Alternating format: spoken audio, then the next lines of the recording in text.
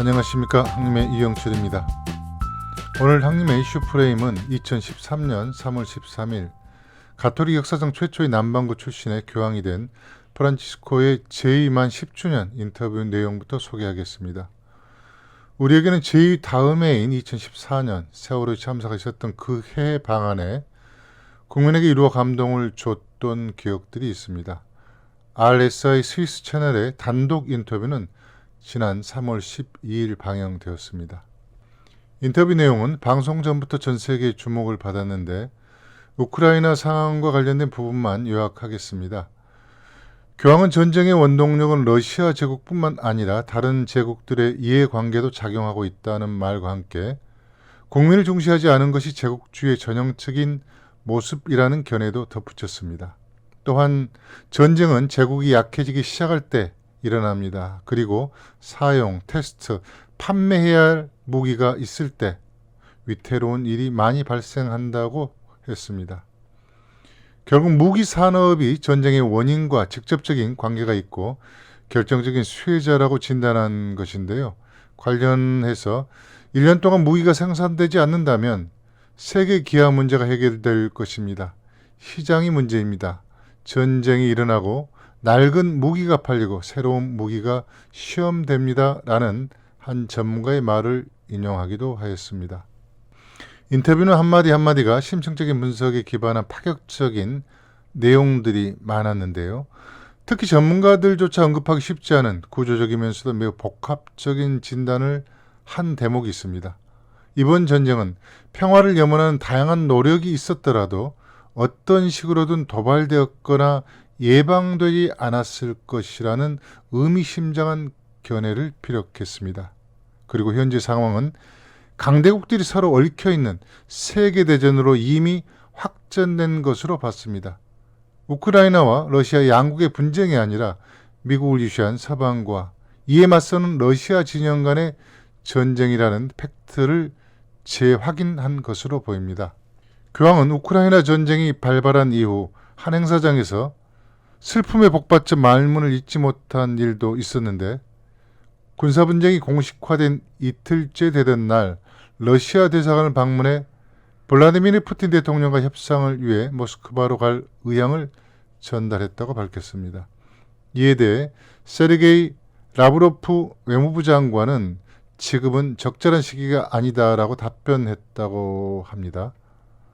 교황은 여전히 기회가 닿으면 평화의 사도로서 활동하겠다는 메시지를 남겼습니다. 한편 지난 6월 인터뷰에서 우크라이나 분쟁과 관련해 그렇게 말하는 것은 단순하고 잘못된 것으로 복잡한 이해관계와 기득권을 고려하지 않고 단순하게 선과 악의 구분으로 규정하는 것에 반대한다고 강조한 바 있습니다. 다음 소식은 2022년 10월 총선에서 우파 연합을 이끌며 이탈리아 최초 여성 총리에 오른 조르자 멜로니의 정책에 반대하는 시위 뉴스입니다. 고대부터 이탈리아 반도 전략 요충지인 가이탕은 로마와 나폴리 중간에 있는데요. 이런 곳은 당연히 미군이 차지하고 있겠죠. 지중해와 대서양 동부를 담당하는 미군 제6함대의 모항입니다. 약 40여 척의 함선과 175대의 항공기 그리고 미사일 방어 사령부 등이 있는데요.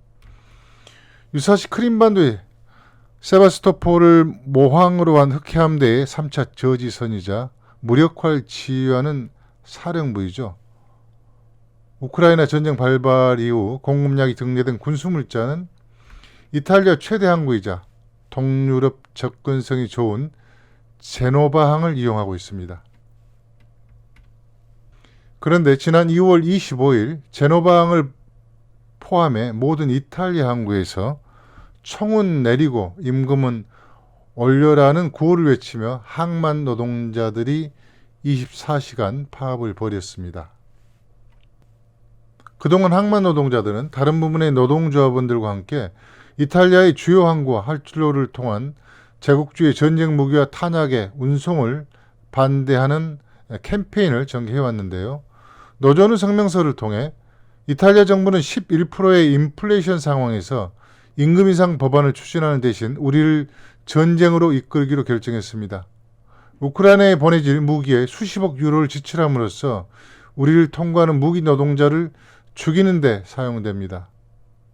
라는 내용과 함께 오늘 우리는 몬팔코네 항구에서 행선지가 불분명한 군사 물류수단과 공격수단의 이동에 대한 정보 편지를 받았습니다. 트레이리스터 부두 노동자들은 무기와 폭발물 승선을 절대 허용하지 않을 것입니다. 우리는 일부 전쟁은 합법적인 것으로 간주되고 다른 전쟁은 그렇지 않다는 논리를 받아들일 수 없습니다. 우리는 무기 유통망에 관여하고 싶지 않습니다. 그리고 우리는 전쟁 물자 수송을 위한 연구 파업을 진행할 준비가 되어 있다라고 발표했습니다. 서방 언론에는 잘 알려지지 않았지만 그동안 그리스 동부의 알렉산드로폴리스항 등을 통해 전쟁 개시 직후부터 장갑 차량을 포함한 미군 무기가 비공식적으로 우크라이나에 공급되고 있었죠. 그리고 이에 반대하는 시위 역시 지속적으로 확산되는 추세로 전개되고 있습니다.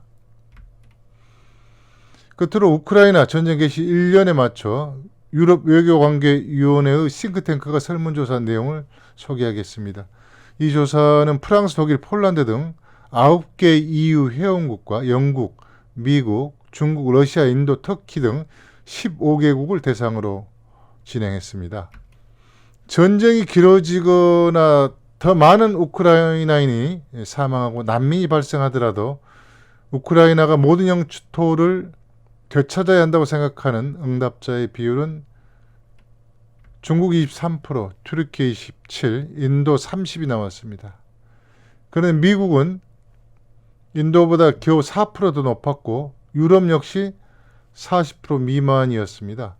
더 놀라운 것은 우크라이나 역시 과반수 한참 모자란 44%에 불과했다는 점이죠. 이 부분은 2014년도 이전에 우크라이나 역사 지형을 담은 분석 영상을 보시면 이해가 될 것 같습니다. 이 문항은 진영을 분명하게 확인하는 조사인데요. 러시아라는 나라를 어떻게 생각하느냐고 5점 척도로 물은 겁니다. 동맹국, 필요한 파트너, 잘 모르면 라이벌, 적대국 순인데요.